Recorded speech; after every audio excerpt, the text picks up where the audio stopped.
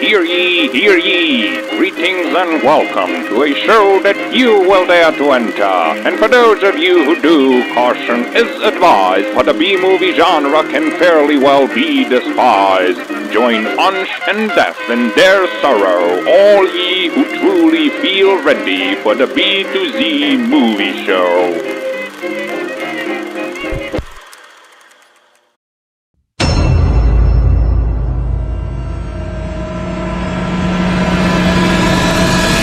Okay, so we just saw Rabid Grannies, a tremendously weird movie. Oh god, the dubbing shit. Must go home, Reverend Father. It's a Remington family tradition. Yeah. Fuck, the dubbing's My terrible. aunts, Victoria and Elizabeth, are going to have their birthday this Friday.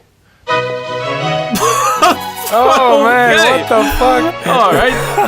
Now, this is an opening, Title dude. sequence. And I would just really love, Def, if you could briefly guide us through it so we can comprehend it. Absolutely. Get a move on, or we should be late for tea. Oh God. Should be late for tea. Yes, Rabid Grannies. I would like to say which the title infers events in the film in some form, but it doesn't really. As far as I can tell, they're not actually grandmas because the people in the film only refer to nieces and nephews, so I don't know. But Rabid Grannies, fine. They also don't appear to actually have rabies throughout the movie. They are possessed by something, but I suppose we'll get to that. Oh no, it's full of anthrax. It's full of anthrax. Close it. Oh, so this is how they'll become rabid. The film opened with extremely confusing, very quick introduction of well, not even quick introduction, but sort of very sort of brief short scenes of loads of different people who are all going to somewhere. My aunts, Victoria and Elizabeth, are going to have their birthday this Friday. We were very confused at the time as to who they were and where they were going. Too much plot exposition. Too many connections that I am trying to form. Is this a different car? Oh my god! So what is this now? I'm losing count. Is this 17 I people? think, no, 18. 18 people. Yeah. Just imagine if this movie is only but introducing new people. Just Like introducing people. And every minute a couple new people. Yeah, and then right at the end they all like arrive at the same place and it explodes. But as it turned out, they were on their way to Birthday this Friday. the two grannies. Yeah, all of the people that are kind of introduced in the film are all, as I say, kind of nieces or nephews or something, relatives of these people who are all interested in being given some of their money or inheritance for whenever they die. So they're all there to kind of say happy birthday and to be really nice. Yeah, but they don't really give a fuck about the birthday. No, they don't. They're all assholes. All of the people in the film are fucking assholes. She arrives. Holy fuck! But yeah, shenanigans take place in the form of a strange woman who delivers a horrible-looking box, dreadful-looking piece of shit that the grannies are thoroughly impressed by. Oh, it's lovely. If this is No, it's not. It's fucking shit. Fucking hideous, Shit. dude. Who, when they open it up, they become possessed by some kind of evil spirit and go on a kill crazy rampage and essentially murder everyone apart from one or two straggling survivors. The end. That's The end. That's pretty much it. It's not a tremendously plot-rich film for when you break it down. It seems far away. This could go in either way. Yes. Really, it could go in full horror, full gore, full comedy, anything. It has what a horror movie needs: a lot of people who can die. And Yes. it's been the first half of the movie introducing us to these people. Yes. And then you have the monsters, and they don't have a real motivation to kill them, but as we learned that all these people have only money as their motivation for coming to the birthday party, they do get like karma, revenge by the grannies killing them. Don't worry, we'll be all right. Have they gone? No, they certainly have not gone. No, does it fucking sound like it? It's very true. Like, I mean, as I briefly mentioned there, like, they're all assholes. Like, there's very few.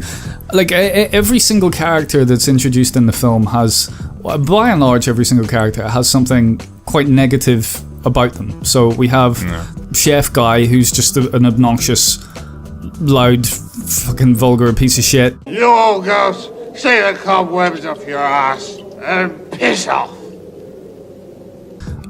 We have a guy that's a literal arms dealer. We have a priest who is quite cowardly and just a terrible, terrible priest. Very bad at his job. At one point, he tries to stab a child's hand with a fork. All right, you've asked for it. Oh fuck! You've asked for it. I'm gonna stab you in the hand with a fork. Because that's how you punish a child. Because that's how you punish a child. Yes, if you're a priest. After all, the Inquisition was not my fault. The Inquisition was not my fault. Everyone blames me for it, but it wasn't me. My God. I wasn't even alive back there. How many times do I have to say I'm sorry? Then there's also like the womanizing guy who wants to purchase a woman that he meets for the first time. If I did manage to get hold of that inheritance, I'd like to buy you from America. To buy you? What? Buy? What? You don't like hearing the truth. I don't like hearing it from total strangers. This is progressive. There are all these people who you are really, really kind of okay with being killed, which was why kind of when we watched the film, I remember kind of feeling it was a bit unusual in that we didn't know who the protagonist was. Yeah, until the end I didn't know. Until you see who survives, then I guess she was the protagonist. Oh, she was the protagonist. Yeah, you don't know who the fucking protagonist is because it keeps introducing all these horrible people without giving them any real. I remember us commenting on that at the time, but it doesn't really give any space to any of these people in that. It doesn't define them all that well. What's my schedule? Right, so there have been 1, 2, 3, 4, 5 including the blind guy, 6, 7, 8, 9, 10, 11, 12, 13 people including the 2 children and the blind guy that have been introduced so far. And in it's 10 10 minutes. Yeah, that's a lot of characters in such a short amount of time. I did a count per scene in the first like 15 minutes, and pretty much every scene introduces 2 new characters. And it's like every scene lasts maybe 1 to 2 minutes, and you literally go. You get 20 people in the first 15 minutes of the movie, and you keep just asking yourself, who are these people? Yeah. Why should I care about them? Yes. Why do they matter?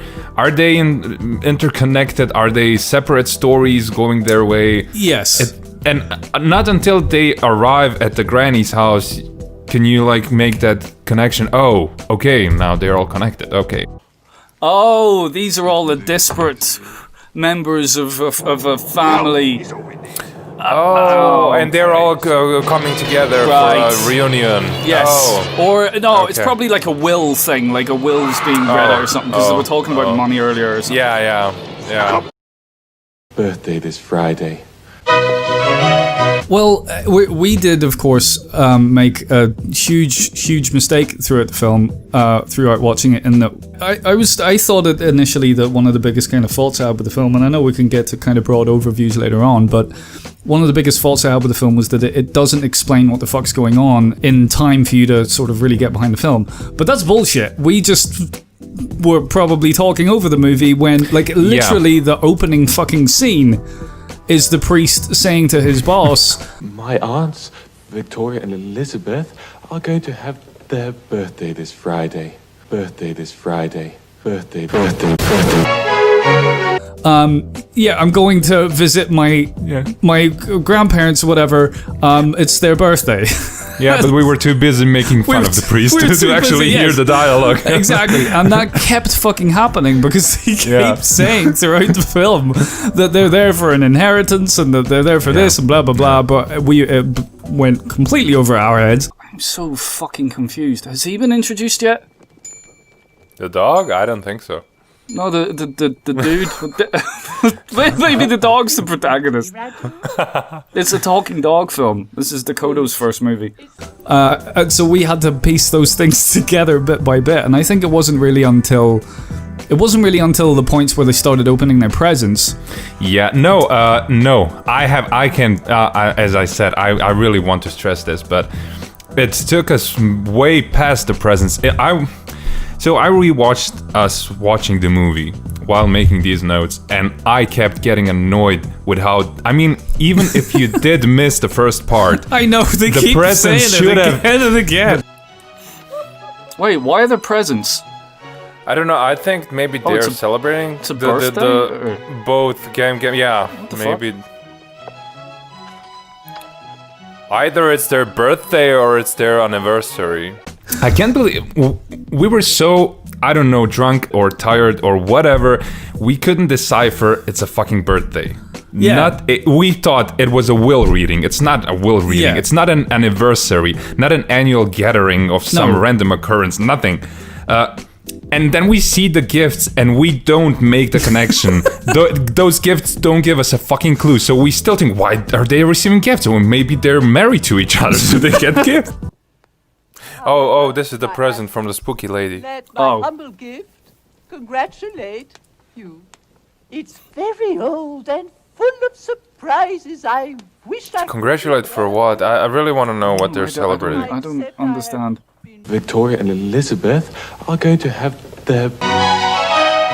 We kept going on about these theories, all fucking kinds of theories, but not once did it occur to us that it simply might have just been a fucking birthday party. Oh, wait, they're all trying to be friendly because they're gonna die and then they might leave the will. Exactly. Exactly, yeah. And then the birthday cake comes, and that helped us out, but not because it's a birthday cake, but because they explicitly say, get the birthday cake. A birthday cake? We forgot the cake. Oh, okay, it's a birthday. Okay, it's a birthday. And I'm sure, I'm so convinced that if they didn't say get the birthday cake, we would just continue with, why do they have a cake? Why does it have candles on the cake? Is it a wedding? Who's getting married? Be a cake with candles on it for? And what presents. would you use one of them for? Yeah. We fucked up. We fucked that film up. It wasn't the film. It was very much us. What the fuck is that? What was that? It's a pheasant on fire. It's a pheasant on fire. Haven't you ever had that? Yeah. No, you're right. It's just been a while.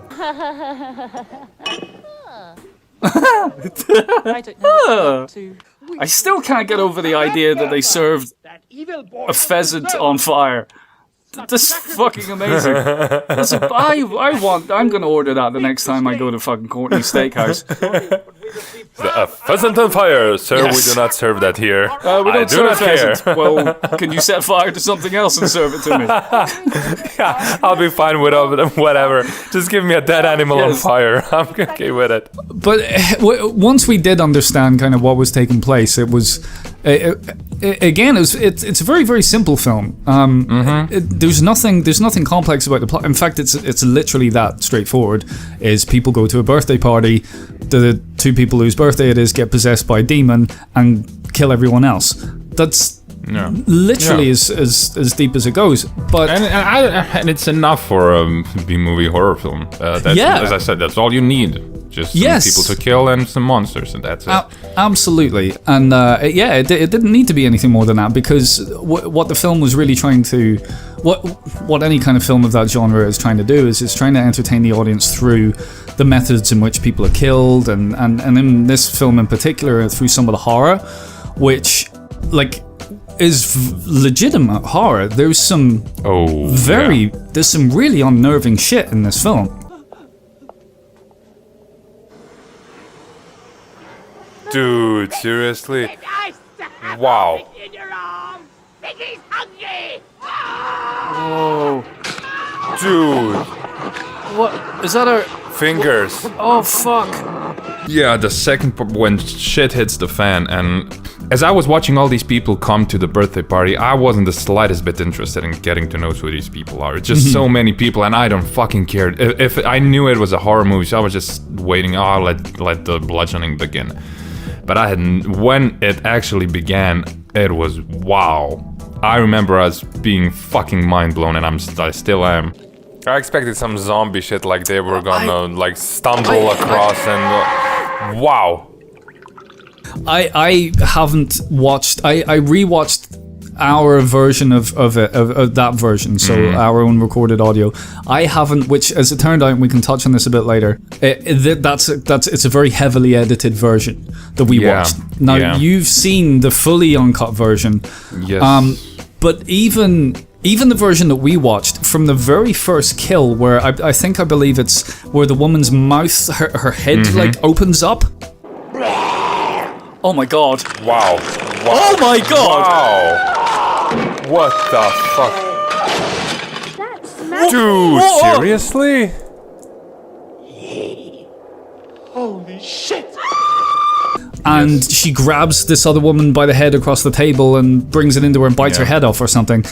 Yep. It was so unexpectedly insane and graphic and actually really, really well done. Very well done. Yeah, it completely took us away from the sort of, oh, who are these people? Is this a birthday or a wedding? Yeah. And it just went to crazy town. There's, and it's the first special effect in the movie before that head biting scene is when the granny's nail comes out of her finger. Oh, yeah, that's right. Yeah, no one does that. Yeah, what? Fornicate. Did they say fornicate? Fornicate? Fornicate. How to fornicate. How to fornicate. Okay, the grannies are losing their shit. Whoa. Whoa! Whoa! This is... What? Oh, man. Whoa! Wow. Holy fuck! I like this. Oh, wow, This they're gonna actually go looks fuck good. Wow! Whoa! Holy fuck, this Okay. film just went sideways. And she cuts the cake in two, and that nail coming out of the finger was so fucking well made. I remember we were, okay, this is going somewhere. I like this, and then the head biting starts, and then, as you said, everything went completely loose and in a fucking awesome way. Oh, yes! Brilliant. Oh, amazing. What? Oh, fuck! Oh, fuck! Oh, fuck! Wow. Oh, fuck! Yeah, a really, really awesome way. There's some really inventive scenes in the film, like very visual. One of the things that sticks in my head is the scene in the car. Mm-hmm. Oh, yes.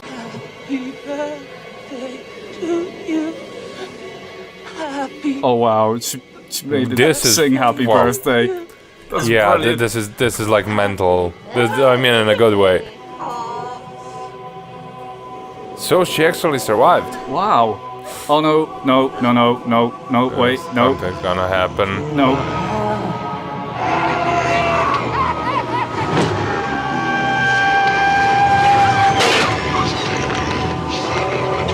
Yes. She's like teasing the woman and getting her to say happy birthday to her and stuff. And the way that the granny is lit, it just looks so menacing, and it's like it still has these comedic elements and yes, the silly comedy, silly jokes, and the fucking gruesome deaths. Then you have this really stupid humor where I don't know, they just laugh at the most absurd things. Well, the bit where the granny comes out in the fucking suit of armor.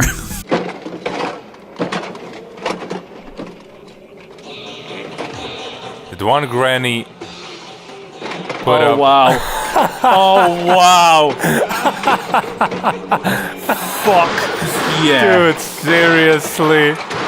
Are you fucking kidding? Brilliant.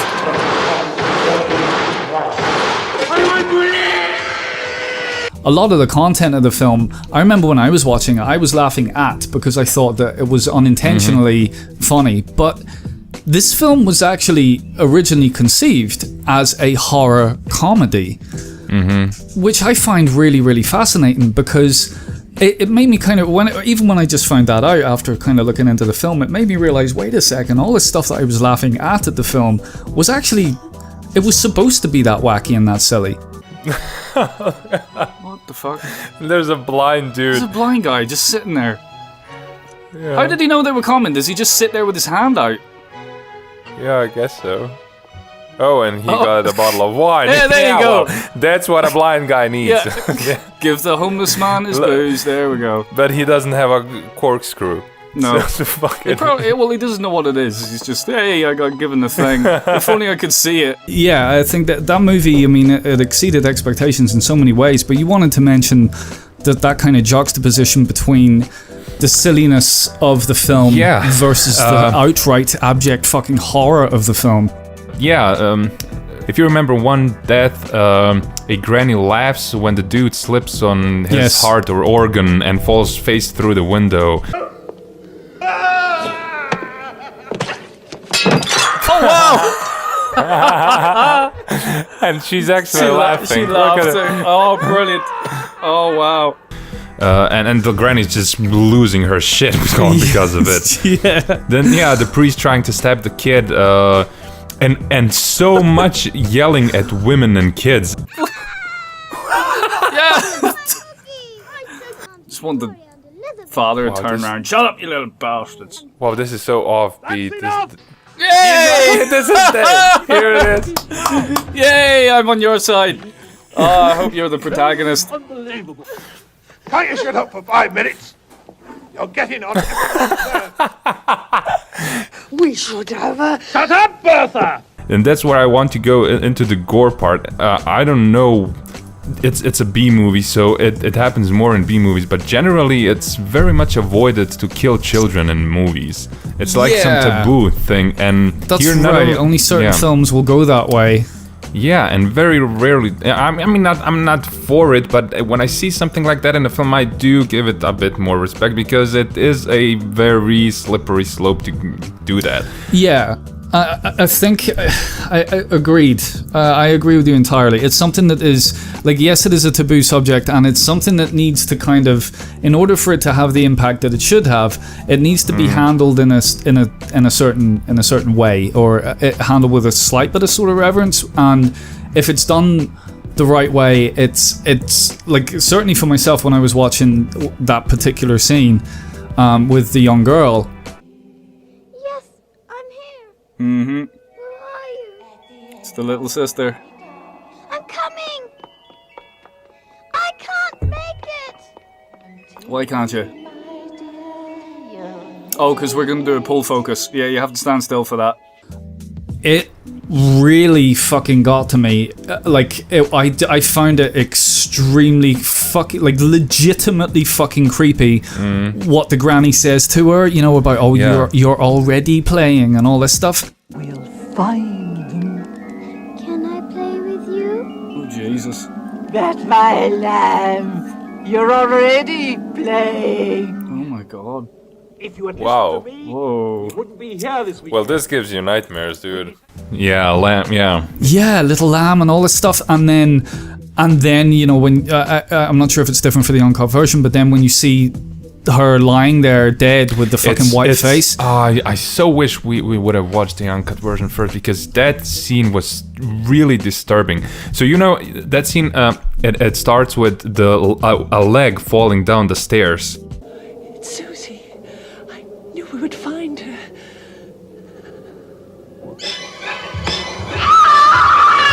And the mother of the girl sees she goes out searching for her kid, and she sees this leg falling down the stairs, and she runs up the stairs, and there we see her little girl, both legs chopped off in a pool of blood. A dog is eating one of her legs. Oh my God. The granny has her leg under her arm, and there's another granny hanging on the chandelier laughing her fucking ass off. Oh no. Oh no. Oh my God. Okay, film, you went there. Oh, holy shit. Okay, that's horrible. Wow. I mean, I got goosebumps now, dude. It's such a grotesque scene to watch, and that to be, I don't know. For it to be successfully for it to be grotesque and like legitimately unnerving at the same time, that's the difficult thing, and that's the balance you need to make, because that could so easily have just been it was right, not okay, you're going there, movie, all right, okay, oh yeah, you want to just be edgy and shit, you just want to be gratuitous for gratuitous sake, but it didn't. It was legitimately. It was, like really you said, goosebumps. I've got goosebumps right now just fucking thinking about it. Wow. Whoa, man. Wow, this is like really disturbing right now, dude. About the difference then between the version that you saw afterwards, which is the uncut version, and the version that we originally watched. This is what's really weird. Okay, so the censored version, the Troma version that we watched, right? Yeah, it was a re-release for foreign audiences, United States, UK, Australia, and so forth, right? The pussies. The pussies. A completely uncut version can be found as a Dutch release, right? Which was a re-release of the film. Apparently, from what I can tell, it was, I could be wrong about this, but from what I can see of different sources of information, the original version, the original edit was the one that appeared as the German version with three scenes missing. There was then another edit of the film that was the Dutch DVD edit, which was the fully uncut version, and apparently it was released against the director's wishes, against Emmanuel Curvin's wishes. That's why it's producer's cut. Exactly, not a director's cut. So then Troma then even more heavily edited it and released it for the West. And check this out, apparently that is Emmanuel Curvin's preferred cut of the film. Oh, really? Which, when you look at the film, the one that we watched, that's really strange, because that film is, and when you just kind of look at some of the editing, it's a bit of a mess. Yep. Yeah, and we also noticed it very early in the movie that some scenes are cut too short. I don't like the cuts though. There's cuts in points where it doesn't feel like the scenes have wrapped up. Yep. Agree. And it's been like this since the beginning of the movie. Yeah. Yes. It's very, very strange. So I find that very interesting. And again, I didn't find enough information about Emmanuel Curvin as much as I wanted to. But I find that extremely interesting that his preferred edit of the movie, that despite the fact that it's an edit in terms of editing, it's a mess. It's still, because it was the most heavily edited version, that's the one that he prefers. So I would love to know what happened. Why did he create this film in the first place? Why did he put, obviously there would have been a lot of money spent on visual effects and so forth, and for him to not like it. I don't get it. Yeah. And and I want to go into the visual fucking effects, because those are fucking fantastic, and all the gore stuff, all the death scenes, the death sequences, especially in the uncut version, were you can see that they really put some fucking effort in it. We might be watching the cut version. Wow. Oh, whoa, okay, holy shit, I just missed something. Fuck. No, you didn't. Exactly, you were just saying that we were watching the cut version, and that's exactly what happened. The one of the old grannies went for a bite, and we cut to her wiping her mouth. So we never saw the bite or her taking... Yeah. Right. So there was a much gorier version of this. It's really then weird to, as a director, to put a lot of work into it and then just cut it out. And those are the crucial parts of a horror movie. And but then not just that. To never fucking make another film. Yes, just to disappear. I mean, he didn't disappear. He did Kickboxer as a actor. He appeared, which I found kind of interesting, because I'd forgotten that during our conversation. I think you mentioned that he appeared in Kickboxer, but whenever I was doing a bit of research on Rabid Grannies, I think there was like 2 websites where it showed a thumbnail image of Rabid Grannies, but it was a picture of Kickboxer. It was like, it said Rabid Grannies, but it was a photo of Kickboxer. I was like, what the fuck? And then I remembered, he appeared in Kickboxer, which is just like, why? Why did he give up on film after such a triumphant first time out? I don't get it.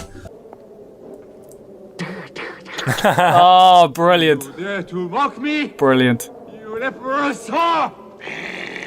I do also want to mention the special effects creator named Sebastian Fernandez. Okay. When I clicked on him, I had no fucking idea who he was. And then IMDb says that he later on worked on Thor Ragnarok, Prometheus, Valerian, the new Jumanji, and check this out, Blade Runner 2049. Oh no! And I'm like, wow! And you can see that this movie and these effects in Rabid Grannies had something in it. Yeah, it's a B movie and it's a silly movie, but we were astounded how awesome that works. Wow, but those fucking masks are so fucking awesome, dude. They put so much fucking effort into this. Yeah. This is this dude's first project. This is his first movie. I know. I don't get it. I don't know how he got there, but he's definitely got something. Oh, no doubt. Yep. Peekaboo, father. Wow. Peekaboo. Yes. Oh, she's got a machine gun. You enjoyed the film, presumably. Well, as I said, I look at this film in two parts. The first part, they all arriving at the grandma's place, and it's all a cute family, like dark humored movie where they all want their money. Oh no! So we do have 18 characters. Yeah. It's just so many people, so many scenes, so many useless dialogue. I mean, when you rewatch the movie, you get now that they're all going to the granny's place. Yeah. But still, I wasn't interested in any of these characters. I didn't care for any of those. I only wanted to watch didn't them. care about them. Yeah. And especially not, at least if we got the protagonist in that part, I could at least like cling to someone and okay, now we can together go through this whole mess. But yeah, I just wanted to watch the carnage. So yes, I think you've raised a really interesting point, because that is in the middle of all of that. There should have been the establishment of the main character. So, like as an example, I think a good thing that they could have done is, the daughter of the housekeeper woman, the crazy housekeeper woman with the big eyes. Yeah, I do think those are real pheasants. You're plucking. Yeah, I think so. They didn't skimp on the prosthetic pheasants. It's easier to just kill two pheasants than to buy two fake ones. Oh, no, it would have been even more funny if there was just like a rubber chicken that they just glued feathers to. Her fucking crazy-eyed fucking daughter. I think that character should have been the protagonist, because I thought she would be. Yeah, she was in her own place. She wasn't one of the people that was driving to the place, so we wouldn't have got her mixed up with that crowd. Yeah, and she looked like something different would happen with her, but no, she just falls out the window and dies. Oh my god! Wow. Oh right, that's enough of her then. Yeah, she's killed in like the first, like the second or third person to die or something, and then as we've already touched upon, from that point on, it's like, well, who the fuck are we rooting for? But thankfully, I guess what we were rooting for was just violence and gore. Fair enough. Yeah. Now we're all going to die. Okay. Yeah, and on that part, I did enjoy it, because all that first half of the movie, I was just waiting for the blood spill to begin, and when it did start, I really couldn't get enough, and it was very satisfying. Very satisfying to watch it, and to watch I really must put 17 exclamation marks behind the special effects and the visual effects and the prosthetics, the fucking makeup, and really well made. Yes. I didn't expect it. Wow. Okay. Oh, look at the lighting. Look at this lighting, dude, now. Oh yeah, it's lit like a Polonium movie. Yeah. Oh my god. Wow. Holy shit, they really tried with this. Dude, this really looks good. Would I recommend Rabid Grannies? Fuck yes. Fucking hell very yes. decisive. No fucking doubt whatsoever. I'm really looking forward to the next time I see it. I think I'm gonna love it even more now that I have a bit more of a grounding of what the film was originally intended to be. I think I'll laugh with the film instead of at it. But nothing's ever gonna, like, watching it again I'll enjoy it, but nothing's ever gonna come close again to the sheer surprise that we had when watching the film.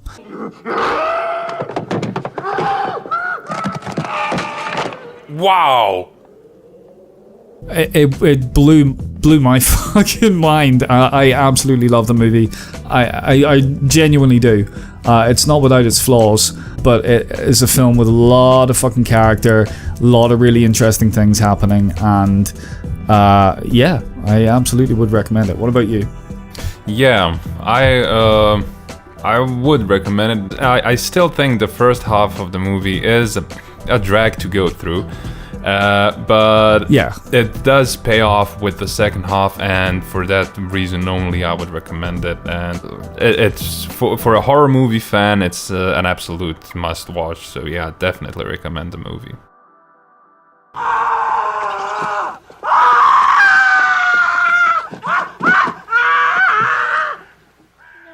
She'll be fine.